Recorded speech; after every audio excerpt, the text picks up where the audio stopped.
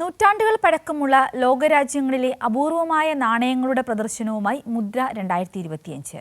2500 വർഷം മുൻപ് ഇന്ത്യയിലെ ജനപദങ്ങളിൽ നിലനിന്ന അച്ചുകുത്ത് നാണയങ്ങൾ ഉൾപ്പെടെയാണ് പ്രദർശനത്തിനുള്ളത്.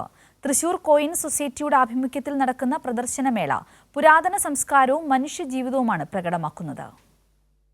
പ്രാചീന കാലഘട്ടം മുതൽ മനുഷ്യരുടെ വാണിജ്യ മേഖലയിൽ നിർണായക പങ്കുവഹിച്ച ഒന്നായിരുന്നു നാണയങ്ങൾ. വിവിധ കാലങ്ങളിലുണ്ടായിരുന്ന നാണയങ്ങൾ അക്കാലത്തെ രാഷ്ട്രീയ സാമൂഹിക വ്യവസ്ഥകളെ അനാവരണം ചെയ്യുന്നു.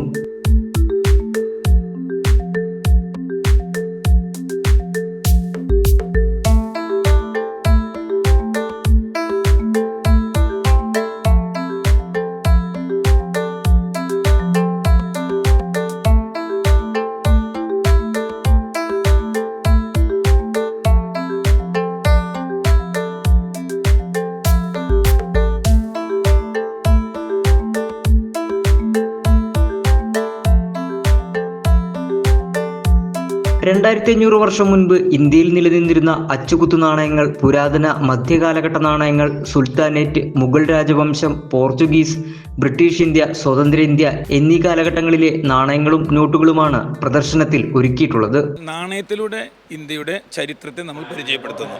ഇന്ത്യൻ ചരിത്രം തന്നെ നമുക്ക് ഈ എക്സ്പോയിൽ പ്രദർശിപ്പിക്കാൻ സാധിച്ചിട്ടുള്ളതാണ് നമ്മുടെ ഏറ്റവും വലിയ വിജയം. അതിനുശേഷം നമ്മൾ ലോകരാജ്യങ്ങളിലെ മുഴുവൻ രാജ്യങ്ങളിലെയും നാണയങ്ങളിലൂടെയുണ്ട്.